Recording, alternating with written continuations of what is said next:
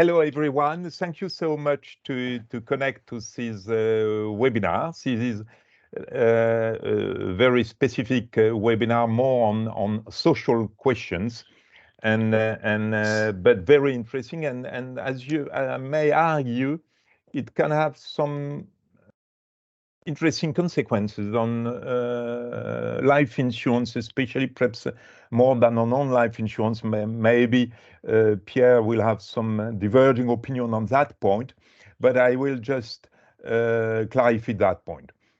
I am proud to introduce Pierre Pestieau, who is an economist of worldwide reputation on public finance and social questions, currently professor at the University of Liège. He is also a co-worker with the Nobel Prize Jean Tirole at Toulouse School of Economics. I will not list his books and article he wrote. It will be too long by definition. Let me just say that he has been more focused on the performance of our social system over the last years, on the efficient means to fight inequalities of opportunities, and on long-term care. And some of you have already shared with him some discussions on that last topic.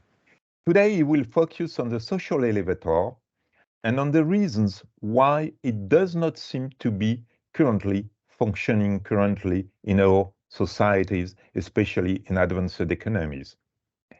Maybe he may explain us if the ultimate goal of the social elevator is strict equality, I don't know, with no one falling back at the bottom of the distribution. I don't know, Pierre, what is your opinion on that point? Of course, all these questions and their answers are crucial for the life underwriting. If the social elevator no more functions, then we will be covering less life insurance, but wealthier ones. Therefore, with a higher concentration of risk on few people. But I think I have said too much, and now I leave the floor to Pierre for in between 45 and 1 hour minutes and 60 minutes. And please, if you have a very technical question, don't hesitate to ask the question to Pierre, because you have not understood one technical argument. Otherwise, I would please ask your question at the end of the presentation, when there will be a discussion, and you can ask the question orally or by clicking on conversation and then writing a question. I will myself control that point. Now, Pierre, I leave you the floor, and I share your presentation, your document.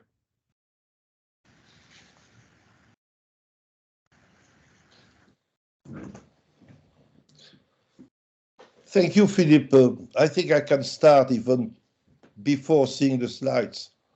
Do you see the slides? Yeah, perfect. Okay. Perfect. Perfect.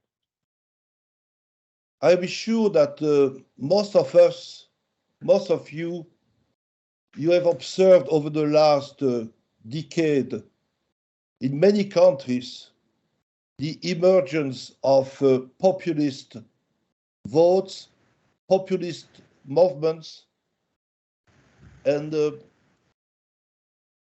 good example of that is the votes like the vote for Bolsonaro or Trump. You have seen also populist movements like the Gilets jaunes. Well, we have seen a lot of movements which show, which mean that we live in a world of failures and divides.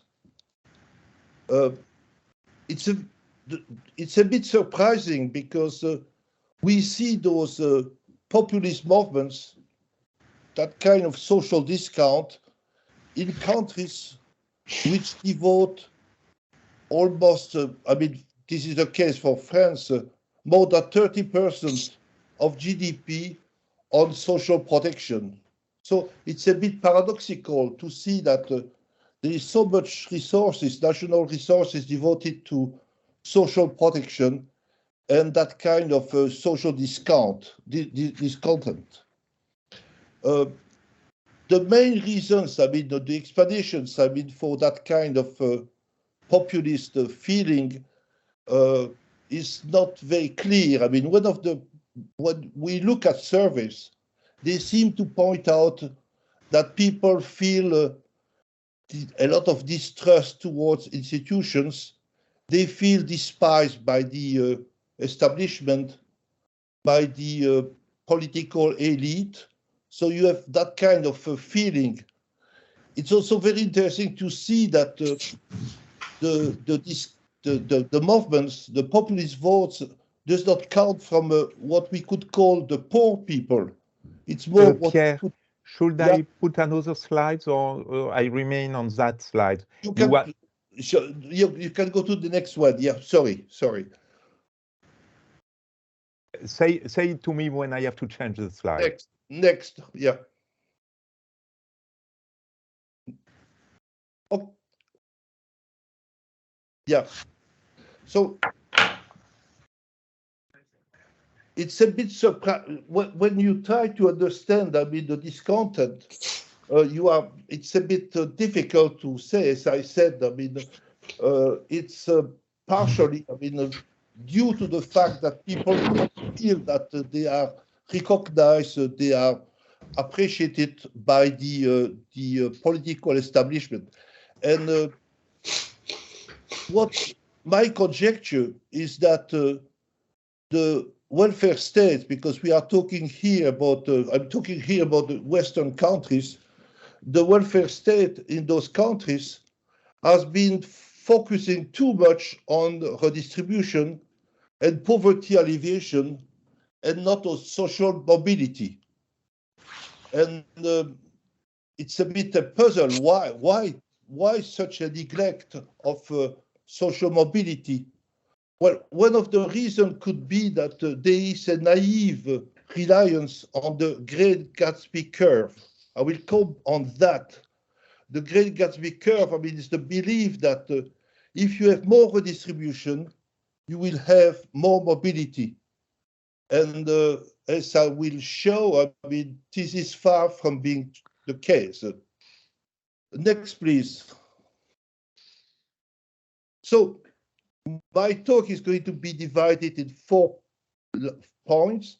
First, I will try to illustrate the fact that indeed we live in a world where we have less mobility, social mobility, and a rather stable income inequality, which goes against, by the way, the conventional wisdom that people think that we have more inequality.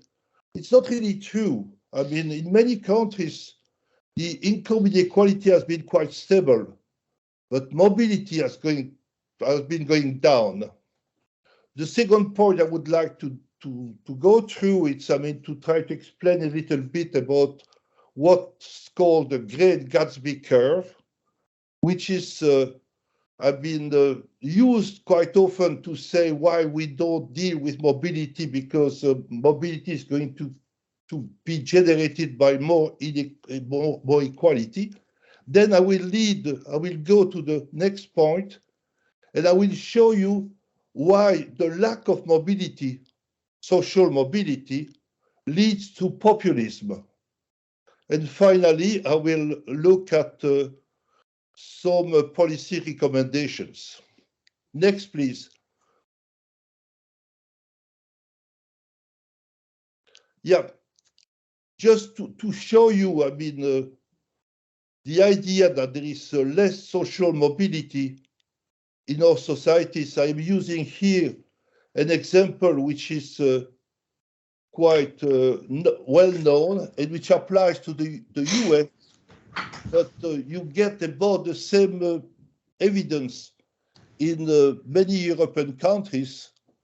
You can see the percentage of children earning more than their parents And you can see that starting 1940 up to now, I mean, the percentage of people making more money than their parents has been going down from over 90% to 50%. That's an example of declining social mobility. Next, please. Another way to show that and to show my point is to look at, for a number of countries, here, European countries, you can see the variation in the Gini coefficient, which measured the income inequality, and the variation in social mobility. By social mobility, I'm talking here about intergenerational social mobility. How do you stand with regard to your parents? And you can see here that when we look at income inequality, the change over the last 20 years, I mean, for the period 1990 to 2010, you can see that over those 2 decades, it has been quite stable. There are some countries where the GDP has been going down, and some, like the Netherlands, and some countries where it has been going up, like Spain. But it's very close to 1, which means that the change has not been very big, a change up or down. If we look at the variation in social mobility, we see that the mobility has been declining in all countries. In some countries more than in others, like the Netherlands, it has been almost half cut in mobility. In some other countries, like in France, I mean, it has been quite stable in Germany too. But anyway, we can see that we observe indeed that there is no relation between the inequality reduction and the mobility increase. Next, please.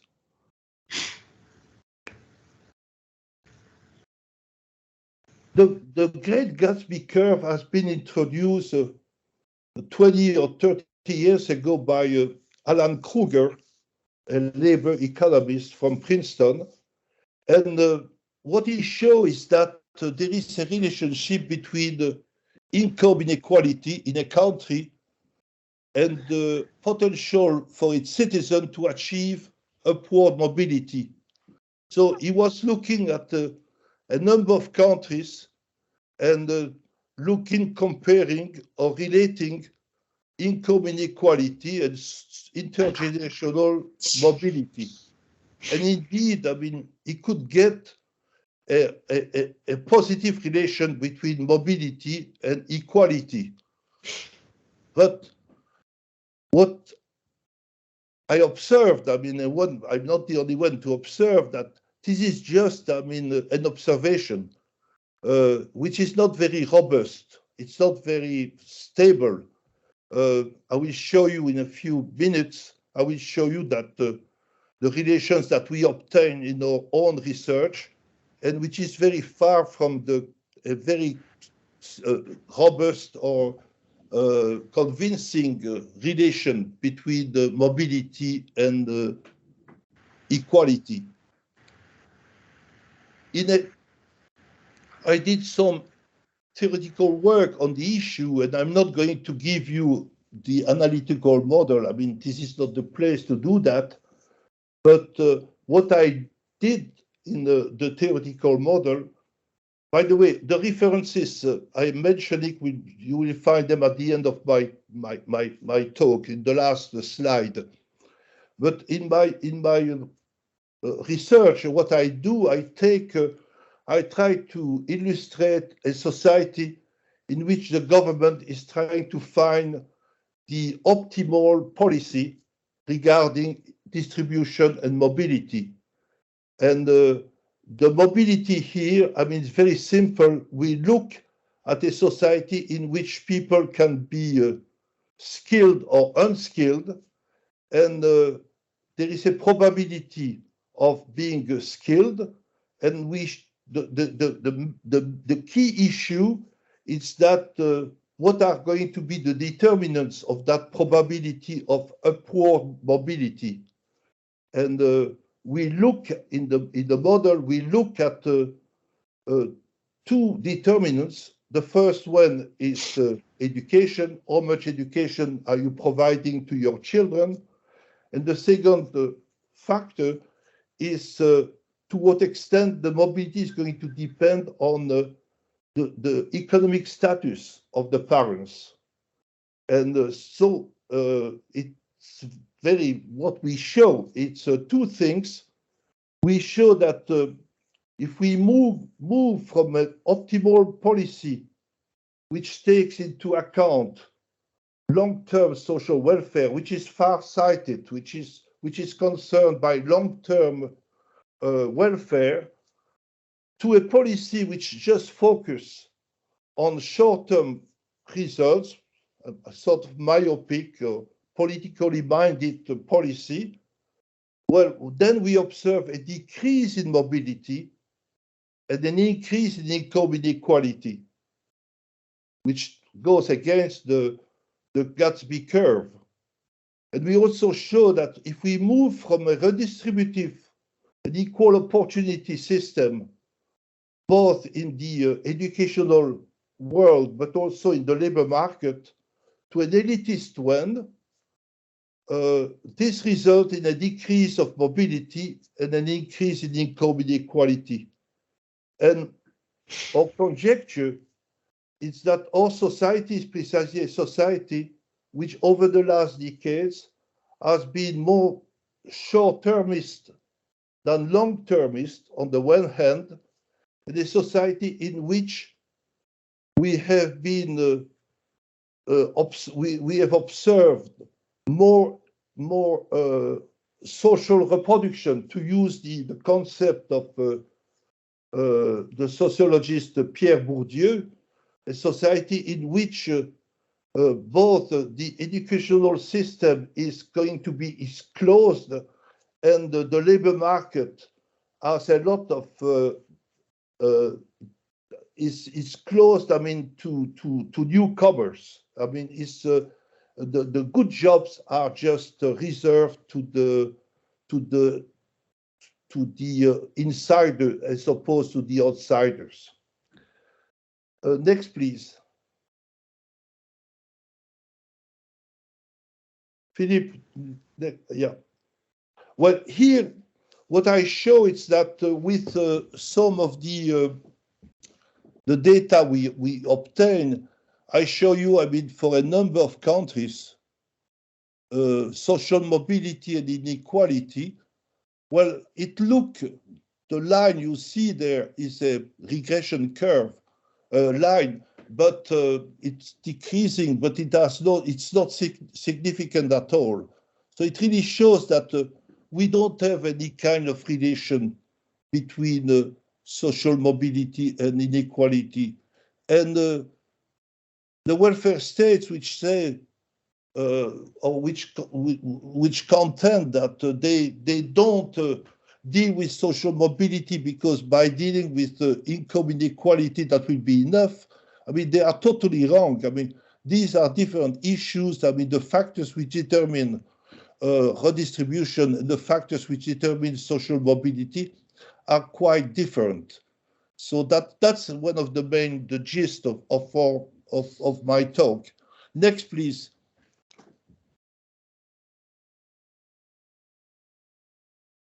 No, I would like to move now to a question I started with, and which is the following. Why am I so much concerned by social mobility?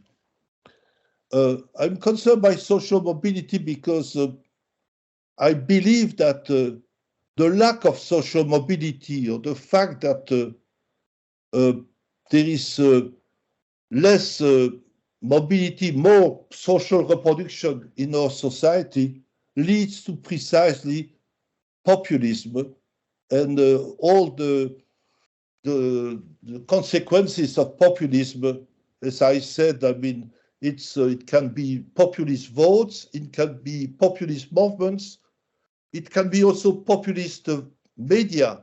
I mean, here in the United States, where I am now, I mean, you have Fox News. I mean, it's something which emerged over the last 20, 30 years, and it's a purely populist TV network, and you get that in many countries. I mean, the emergence of populism under different forms. Well, to show that indeed the lack of social mobility can lead to populism, we are using some data which come from the European Social Survey. It's a survey which includes 28 countries, and it ran over 20 years. I mean, from the 2000 to 2020. So we have 20 years, and it's every other year. So we have several waves in the survey. And in that survey, we use two types of variables. I mean, mainly two types of variables. First, the populist attitudes. So we are going to use populist attitudes and not populist votes. Even though the populist attitudes are related to populist votes, in our view, they are more stable. They are variables which are more reliable, because populist vote is always difficult. I mean, people don't vote at the same time in different countries. To define a populist party is not always easy, because you have different types of populist parties, and parties disappear and appear. So populist attitudes seem to be a more reliable evidence. And among the populist attitudes, I'm going to use here two main attitudes. It's what we call authoritarianism on the one hand, and on the other hand, the lack of trust in the institutions. In the survey, I mean, there are several questions asked to the respondents and about authoritarianism. So we take the answer to the question, and we have to reduce them in one indicator. The same for the lack of trust in the institutions. So it's not just do you trust institutions? No, there is an array of questions, and we take a synthetic indicator for both authoritarianism and the lack of trust. So that's for the populist attitudes, and we are going to get an indicator. I mean, going up. I mean, increasing from 0 to 1 for the two populist attitudes. On the other hand, I mean, for the educational variables, we are going to use education to measure mobility. Why education? I mean, there are various ways of measuring intergenerational mobility. It can be, we can use wealth, income, occupation, and education. In general, when we think about intergenerational mobility, we think in terms of wealth or income. So we are thinking about the child being poorer or richer than his parent, or having a higher income or lower income. That's the intuitive or the more popular view of intergenerational mobility. But we take education for two reasons.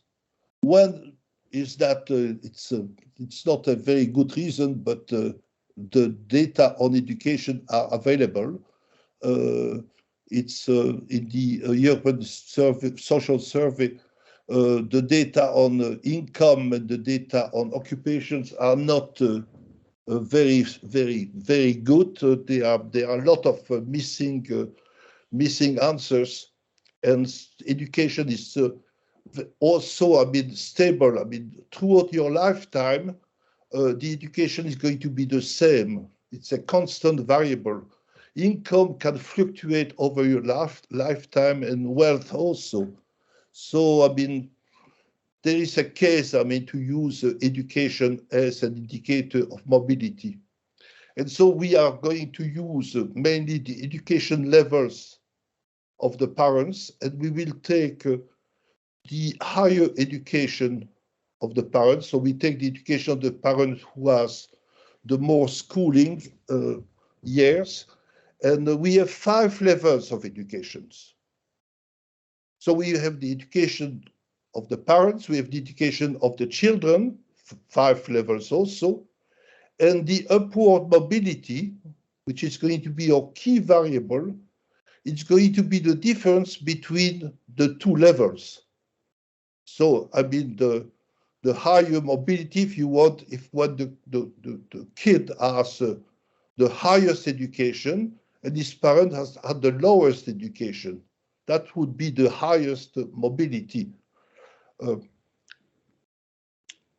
Next, please, Philippe.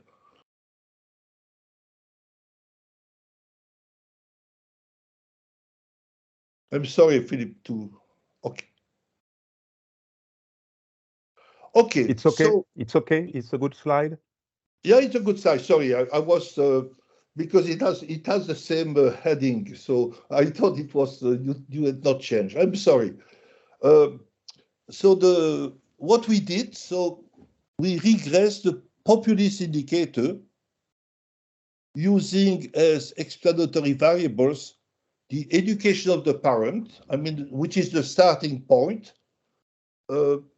Then, as a second and the main factor, upward mobility, measure, as I said, the difference between the education of the child and the education of the most educated parent.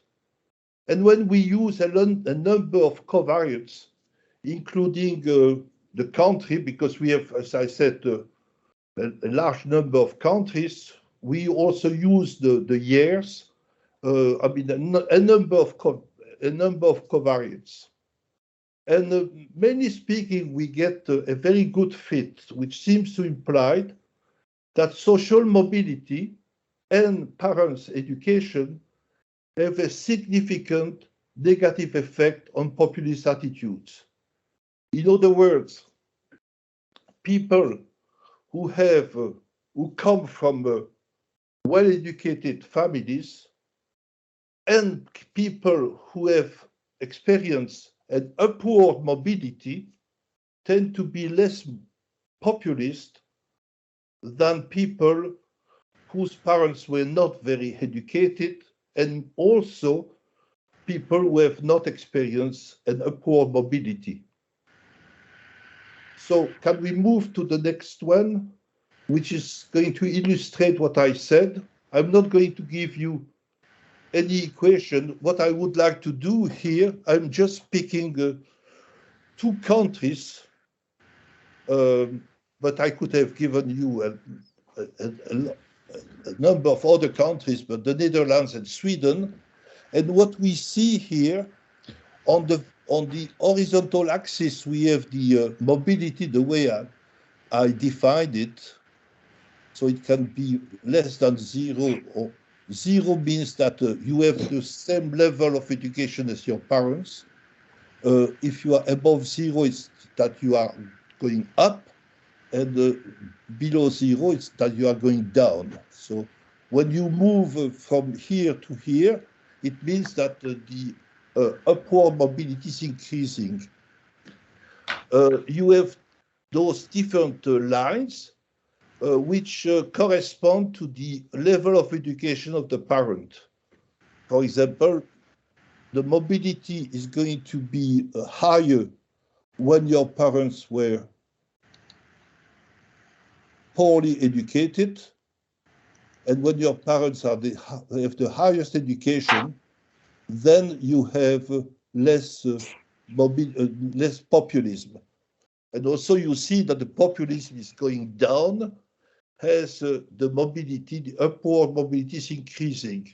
So this is a way of expressing what we could show with some regression equations, but we show that it's quite convincing that you have those two relations. So the effect of the starting education, the education of the parents, and also the effect of upward mobility on populist attitudes.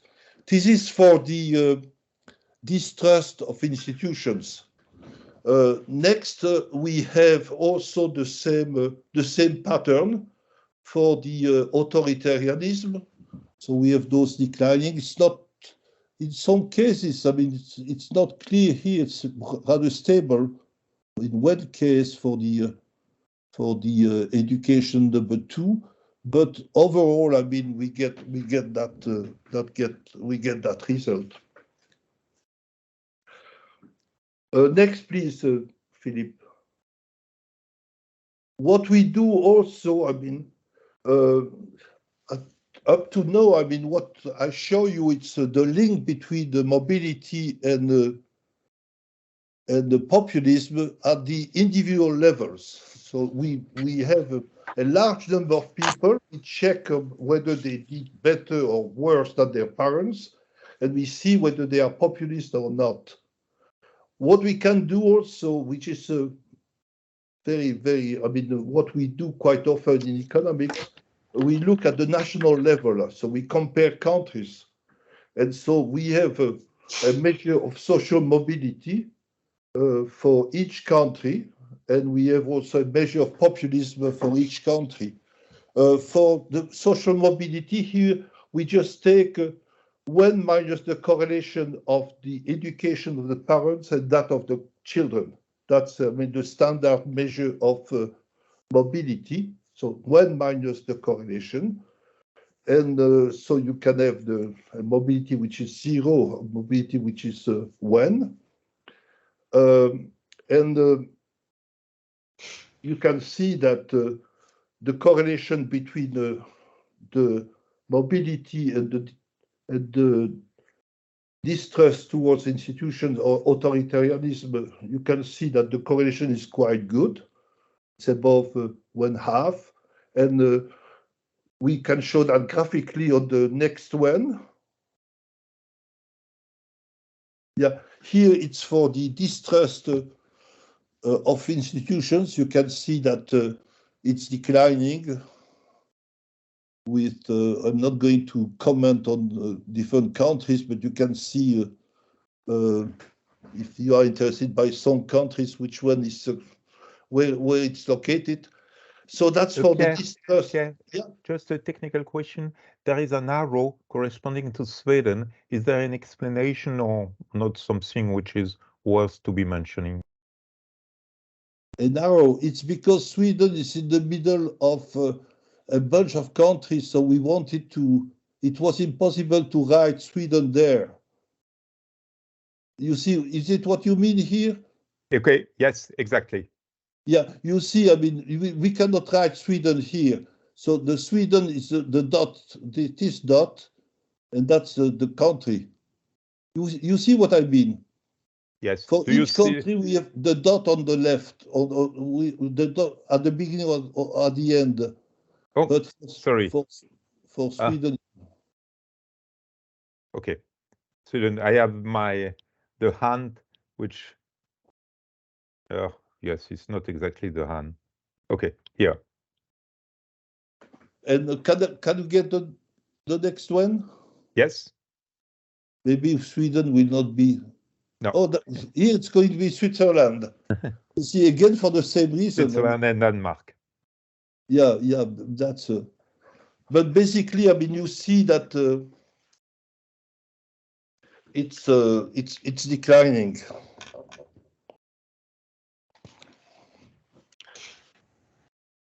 Okay, we can get the next one. Yeah.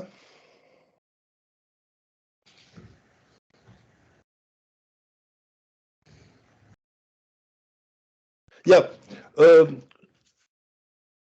One of the problems, for those of you who know a little bit about econometrics, there is always the issue of causality. Here, what I'm saying is that the education of the parent and the mobility, the upward mobility, explains populism. Well, some people could say, well, maybe it's the other way around. It's like the egg and the hen. Maybe populism is explaining education and mobility. So we did a number of causality tests, but basically, I mean, the intuition is that the lack of social mobility seemed to originate from structural factors, which are in the temporality. They come much before people take a stand towards populist values. And those two factors are the regressive educational system and the fact that good jobs are close to outsiders, and which is, I mean, these are observations which are made on both the educational system and the labor market, and these are not related to populism. That's a way of trying to meet the objection towards the causality issue. Next, please. So, given what we have seen, the question is what are the policy recommendations? What can we do? And I'm coming back to the roots of what I believe to be the roots of the lack of mobility, which those roots I found them in a number of studies, and I must confess that most of the studies I know are coming from American scholars, and so it applies to Europe also, but it's particularly relevant to the US. And the roots are first, I mean, what people observe is that the educational system is terribly segmented and is less open, less mobile than in the past.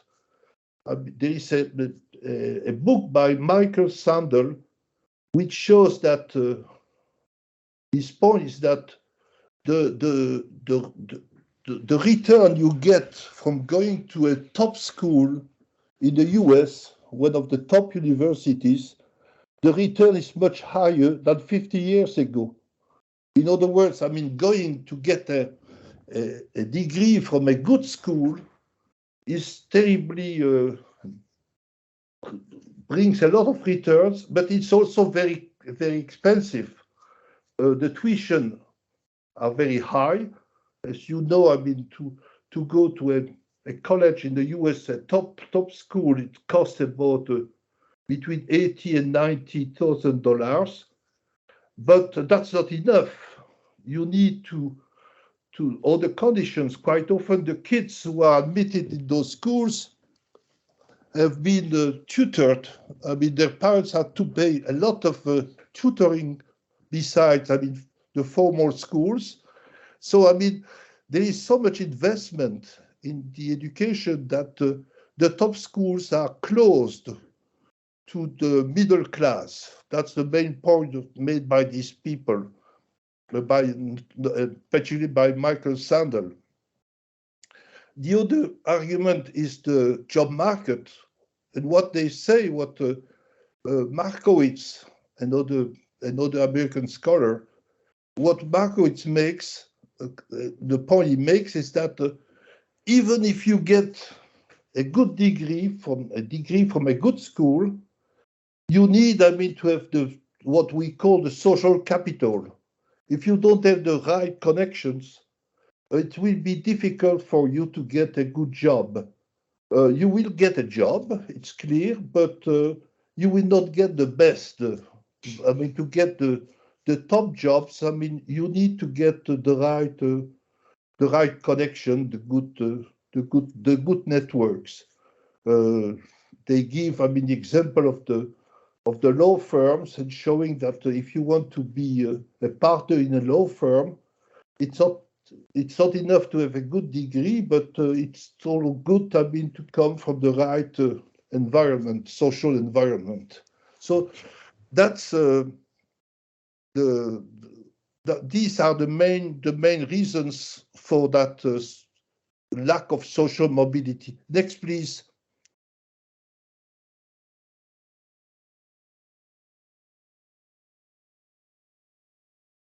And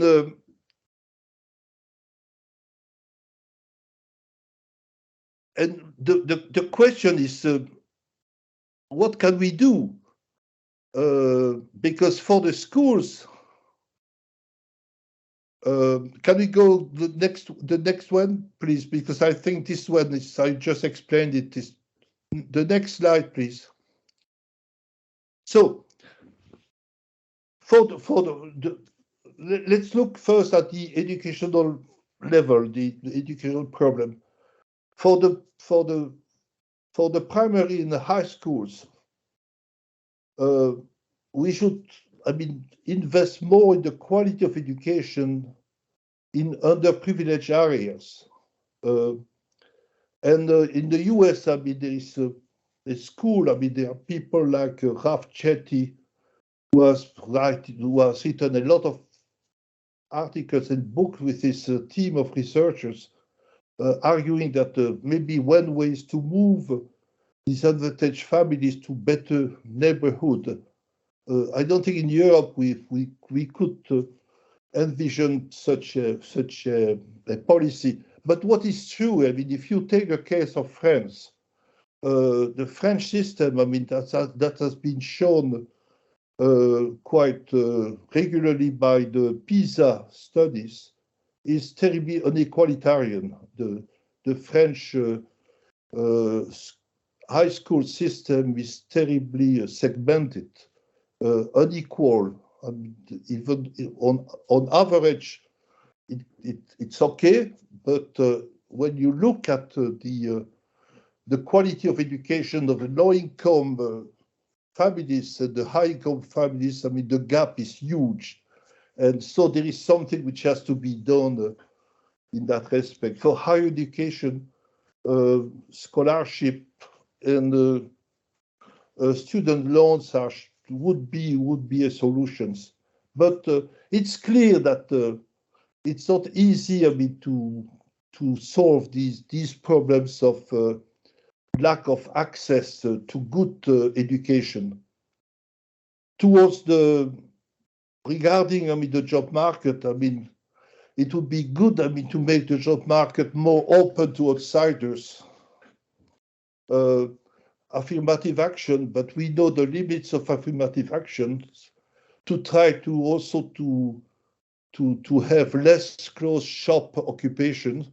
But that's not easy. So I must say that I am much better in giving you to making a diagnosis of the problems, but regarding solutions, I mean, they are terribly difficult.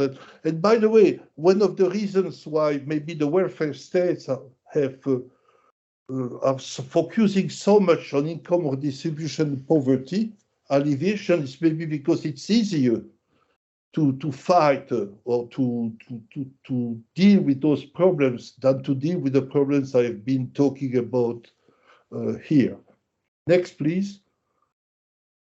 And yeah, that's my conclusion. Maybe I hope that we can have a discussion now. Yeah, we should. The welfare state should be concerned by social mobility, but it's very, very difficult because there is also, I mean, the political issue. I mean, we know that the political decisions are made by people who belong in general to the upper class, and so it's very difficult for them to be sensitive to the issue of social mobility. The next slides give you some references. Okay, so that's all. I mean, we'll stop here. Maybe it's a bit short, but it's neither short nor long. Thank you so much, Pierre. And now it's time to have some question, please.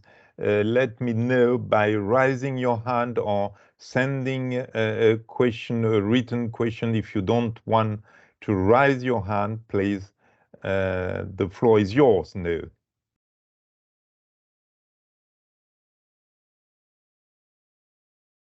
I don't see any question. One technical question, Pierre. In one of your first slide, you gave the variation of the Gini and the social mobility index. Did you correct for also the growth? Because in some countries, if your growth is very small, for example, 1 person per year, and for the GDP per head, it's very difficult or very easy having few children getting a remuneration which is below the parents' remuneration. No, if I have a growth rate of 10%, it's quite easy because all the job is not done by social mobility in the sense that I have a reduction of social inequality in the society, but because everyone is growing and therefore children are wealthier than parents. Well, that's a good point. We are, as you can imagine, we are aware of that point. I mean, in general, we talk about absolute mobility versus relative mobility. When we talk about education, for example, it's clear that between the parents and the children for the current generation, there has been a big change. I mean, the average level of education, I didn't give you the data of the parents, is much lower than the average level of education of the children, because more and more kids go to schools. So in that respect, I mean, it's clear that there is more upward mobility than downward mobility. And therefore, we have to normalize that, to correct for that. So that's why relative mobility, I mean, is the issue of you try to take into account or to correct for the growth effect. And so it's just a question of positions in society. I don't know if it's clear that if I mean, you have two individuals and you have a huge growth rate, I mean, their kids will be much better than they are. And so you will say that there is a mobility, a poor mobility in those societies. So we have to take into account the growth effect. Yes, I have a question. I have two questions, two written questions. Please, I read them. First question, I will say thank you very much, Pierre. Do you have any opinion about valuing better the teacher's job, education and remuneration, for example, to support an increased quality of education in public schools, and how this can be achieved? Therefore, a question focused on the quality of public schools and incentives. Yeah. What do they mean by public schools? Sorry.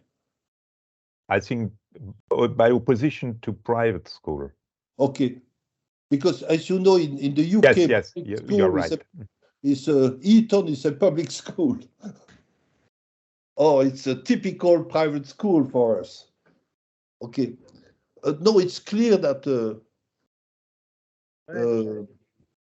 there is a problem with in some, not in all countries, by the way.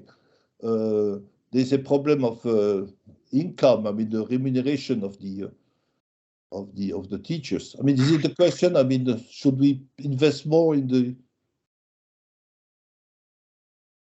Yes, Pierre, this was the question I wanted. Like, if we want to offer a good quality education in all schools, to make it accessible to everybody and not to a specific population that has the income to pay private schools, how can we do it? Can we just look at those free schools, for example, and make sure they offer a good quality education?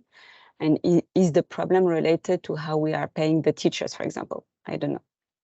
No, it's a difficult question. I mean, in France, I mean, people have been thinking about the fact that the ideal would be to send the best teachers and to pay them better in underprivileged areas. Unfortunately, it's not always possible.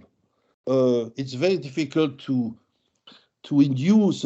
It's like, I mean, for the doctors, you would like to get doctors going to the country, and but it's not very easy to do that, because you should pay them much more, and even if you pay them more, I mean, they don't necessarily go to these underprivileged, or what they call deserts, medical and educational deserts.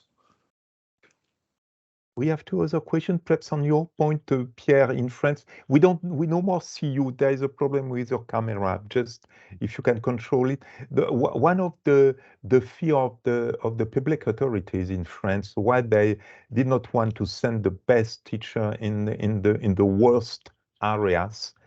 It's because the consequence would have been the best students and the best pupils would fly out of the public school into the private one, and therefore it will be the end of the game. I have two other questions. Georges, I see you have a question, but I have before one question from Constantin Grela, who says, very valuable research, thank you so much. Are there any examples of countries where the decline in chances for intergenerational income growth has been reverted in recent years? Is there a good example? Could you repeat? I'm sorry, Yes. I don't. Are there any examples of countries where the decline in chances for intergenerational income growth has been reverted in recent years? Therefore, a good example, the best example, is there one country? I don't know. I'm sorry, I cannot answer that question. I don't know. Yeah. No. I am not really sure, perhaps except Denmark or something like that, maybe. Well, it's not clear. I mean, in terms of intergenerational mobility, I'm not sure that the Nordic countries are doing that well. Are doing that well. Okay. Georges, Professor Dion, you have the floor for your question. Bonjour Pierre. Bonjour. Oh, c'est Georges. Comment vas-tu? Ou comment allez-vous plutôt? Très bien. You said at the beginning that this is not a problem of income distribution. But if I follow the links, you seem to say that less education seems to imply less mobility, seems to imply more populism. But less education, particularly in the US, is a problem of income distribution.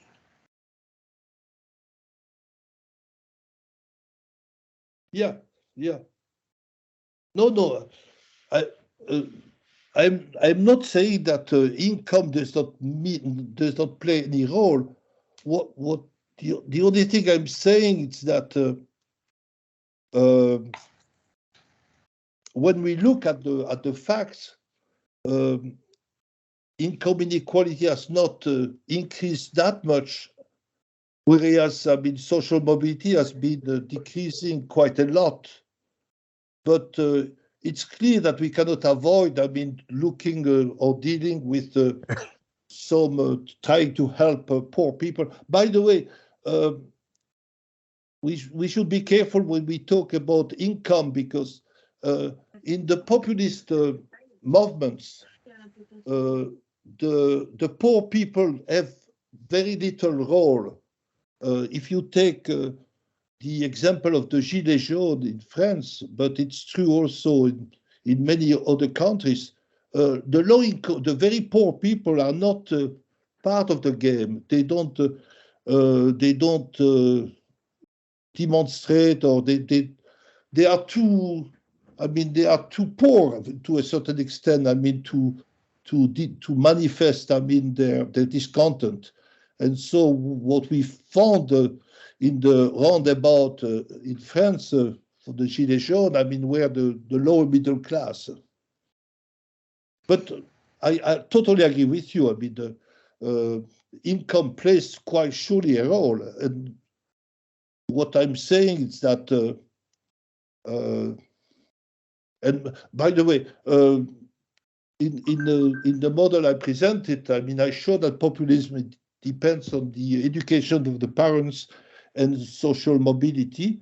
It's clear that if we had good data on income, I'm sure that we would show that populism depends on the level of income of the parents and the social mobility, the income mobility of the children.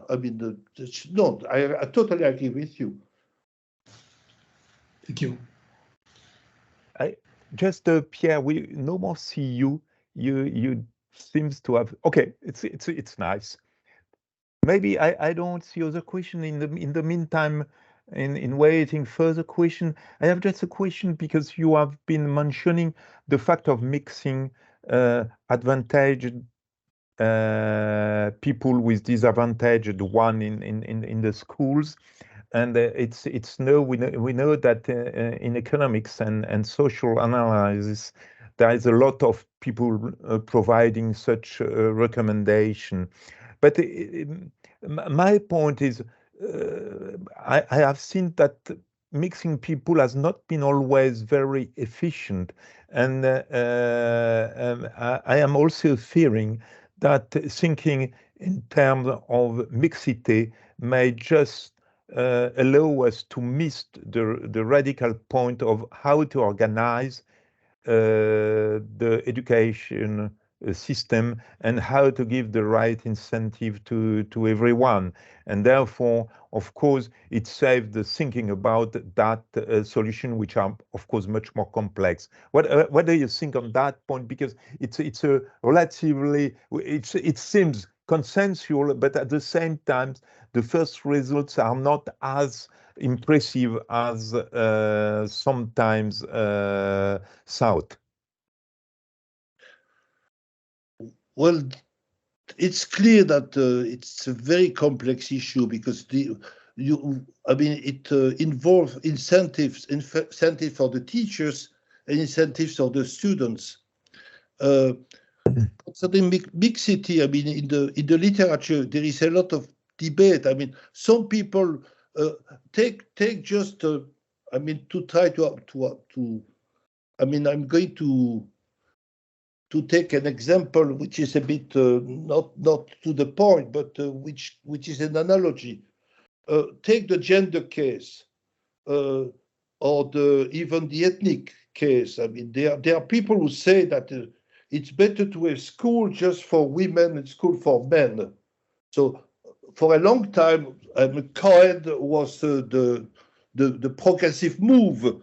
But some people think that it would be better to have women together and men together for various reasons, or to get the black and the white and the Latino, I'm talking here from the US viewpoint, together, because they are less challenged, and it would be easier to provide them the good type of education. So we could say the same about underprivileged and privileged society. Maybe it's better to give them the best teaching possible without mixity. I don't know. I mean, as you know, I mean, the field of education is a field in which the debates are terribly hot. I mean, it's and there is no consensus. In my academic life, I mean, the only time I saw two scholars on the scene, almost fighting physically, was about education, and it was, by the way, the father of the Gatsby curve versus someone more conservative, to say the least, and they were fighting about whether it was good to have small schools for underprivileged families or large schools. And one was contending that the size of the school didn't matter, and the other one was arguing the other way around. And it was violent. So it's just to say that it's a complex and divisive topic. Yes, thank you. Are there also questions? Please don't hesitate to ask question in a written form or orally. I don't see further question. Then maybe I have a question, because in France we have a very specific situation. And if I look, for example, at the recruitment of the two main very best schools in France, for example, the ENA, École Nationale d'Administration, and Polytechnique. At my time, most of the people came from a school which was a public service, and therefore a free school without you had to pay anything, which is no more the case. It's quite the opposite currently. Therefore, there has been an evolution, which means that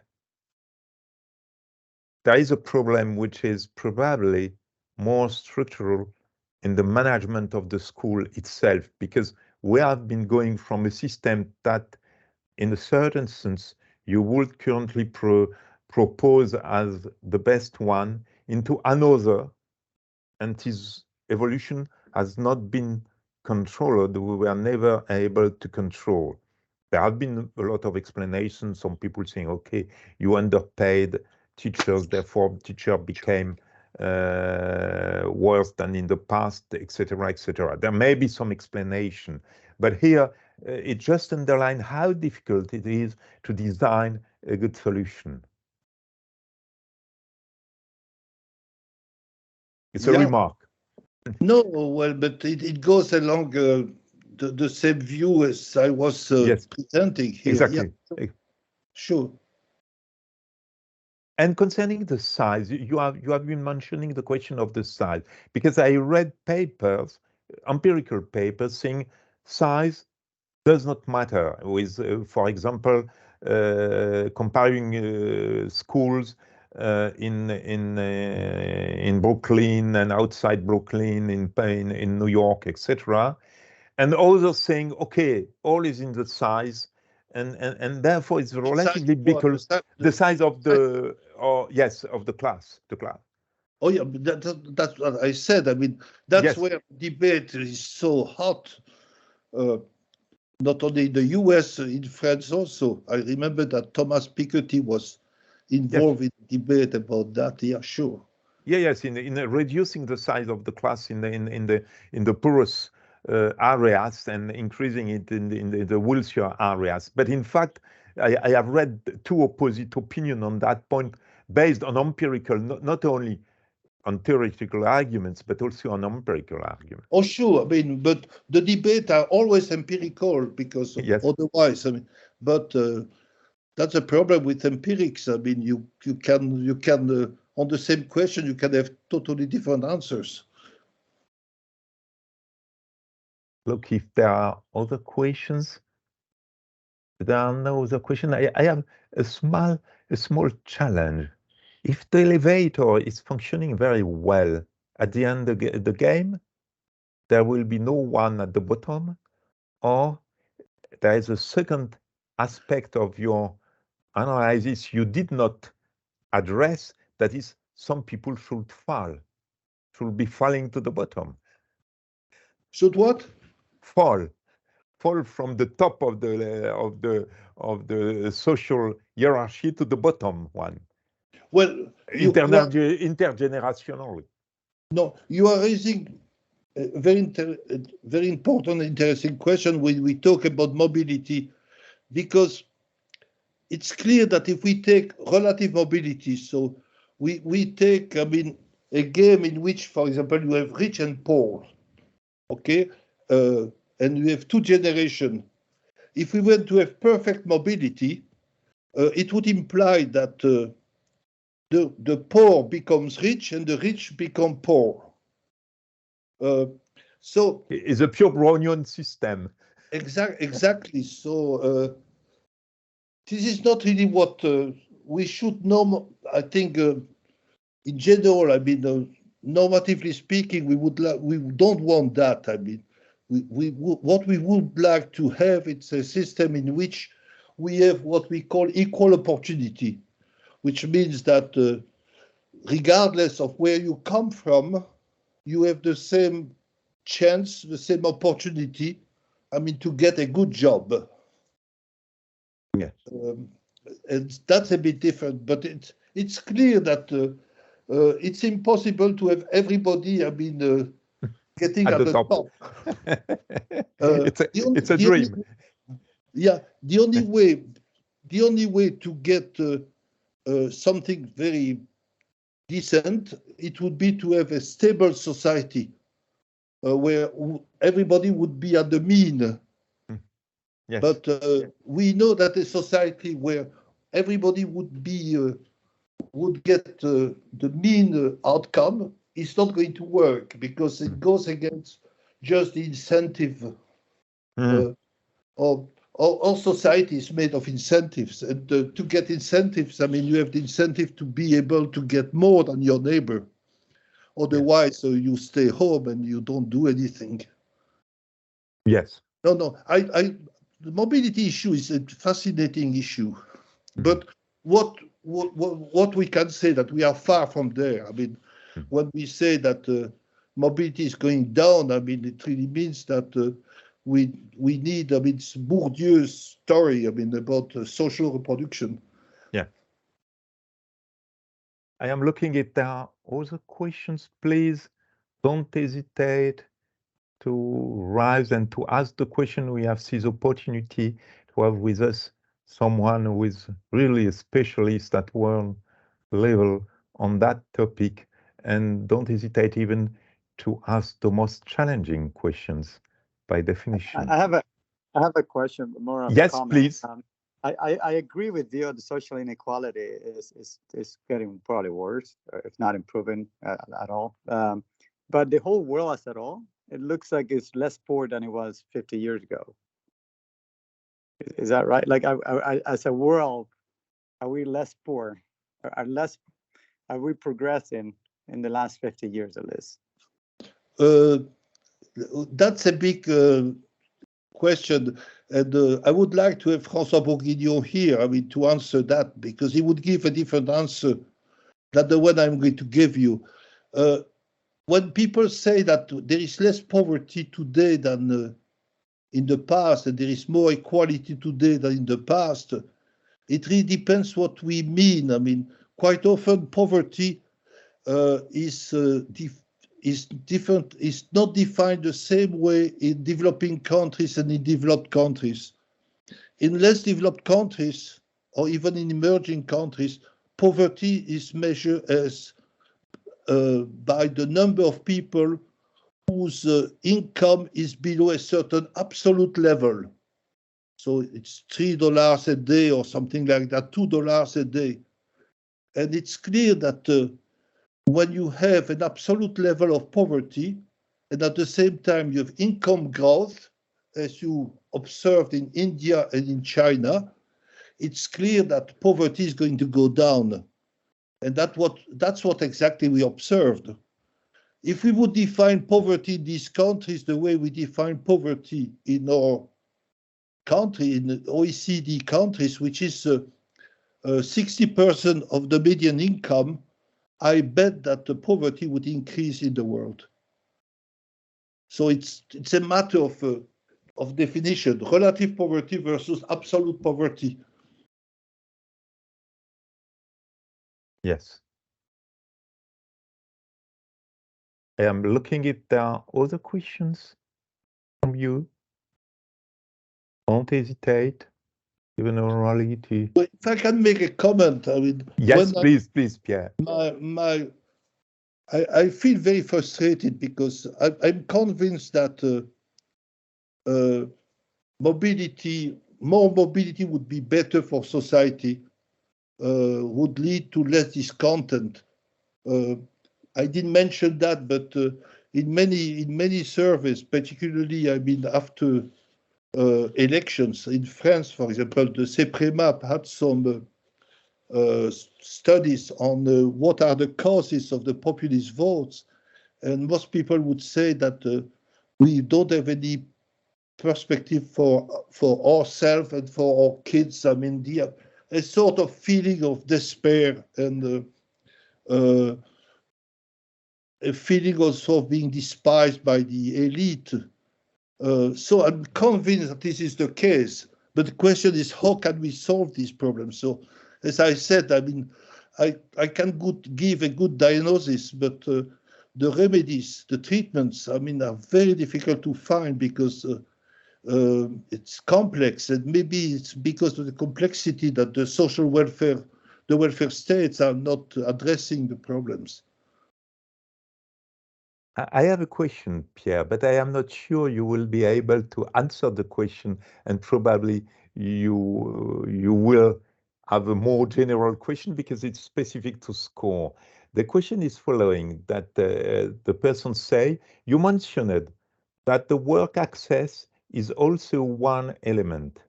What would you recommend to SCOR in that aspect? I will translate, what would you recommend to any company? Which kind of policy would you recommend to any company to do in that aspect? What do you say the word? For promoting better equality of opportunity in work access at the level of the company. I have to mention that Pierre in the past did write some article with Denis Kessler. Therefore, all your answers will be reported to Denis. Pierre. So I have to be careful. No, please. Well, one of the reasons, I mean, it's the fact that we live in a world of asymmetric information. And if we would have a good knowledge of the capacity of, I'm talking now about SCOR hiring new employees. If you were able, I mean, to see exactly the value of each potential employee, that would be easy. Unfortunately, we don't know that. It's very difficult to know exactly the capacity of an individual. And so we have to resort to what is observable. And what is observable is something which is familiar to us, like the school the person comes from, the connection, the letter of recommendation we get from a good friend whom we rely on. And that's one of the problems with the job market. If the law firm in New York just hire people. I think we have a difficulty. Pierre, we no more hear you. I am Zing, do you hear Pierre? I'm sorry. There seems to be a problem. Wait, in fact, I saw the image of Professor Pierre Pestieau is immobile. Yeah, bon, I think. There okay. are two connections, I think. Okay. We have been cut. Yes. Well, is it censorship? No, maybe it's just. Please, Pierre. I don't know because you were cut. Perhaps if you could repeat what you said because we didn't hear it. No, what I was trying to do, I was trying to explain partially, not justify, but explain why the job market seems to be so closed, a sort of closed shop. Hiring was, particularly for the top jobs, was relying on the connections, on the special degrees. I mean, it's quite clear that if you have the right recommendation, if you come from the right school, the probability of getting the job will be higher. And what I'm saying is because we don't have perfect information about the quality of people. That is maybe Pierre also. We could implement more education, professional education inside the company, so as to promoting some people who did not get a good education when young, and then getting a complement thereafter and being able to be promoted inside the company. Sure. How much inflation may impact social mobility at short and longer term, in fact, by leaving scars in your career, etc., and your education also, maybe. Yeah, I don't know. Well, probably inflation. I mean, there are many types of inflation. I mean, the inflation that we are experiencing today, I mean, seems to hit more the low-income people than traditional inflation. So the inflation today, I think, seems to affect, I mean, the cost of energy, the cost of transportation, the food, and all items, commodities which are heavy in the basket of the low income or the middle income people.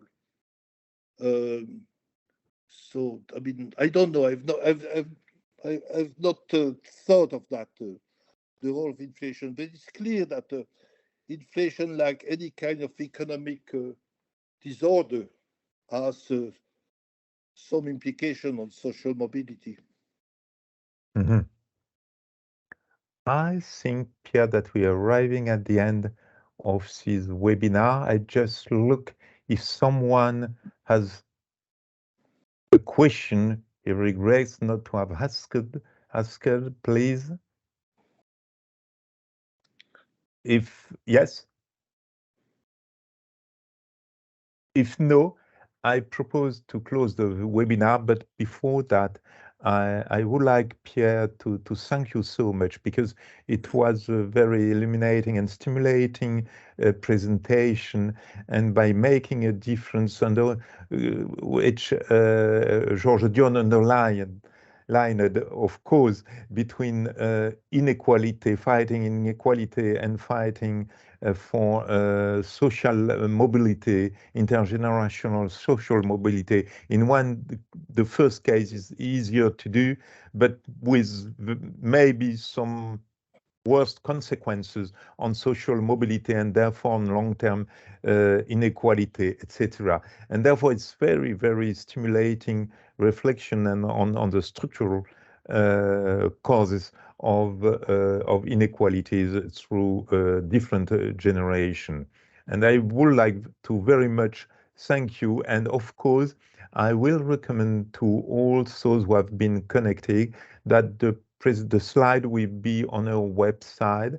You will be able to look at the current webinar in replay, and of course there are further documents that are referred to by Pierre in his document, but we can also share with you if you are interested.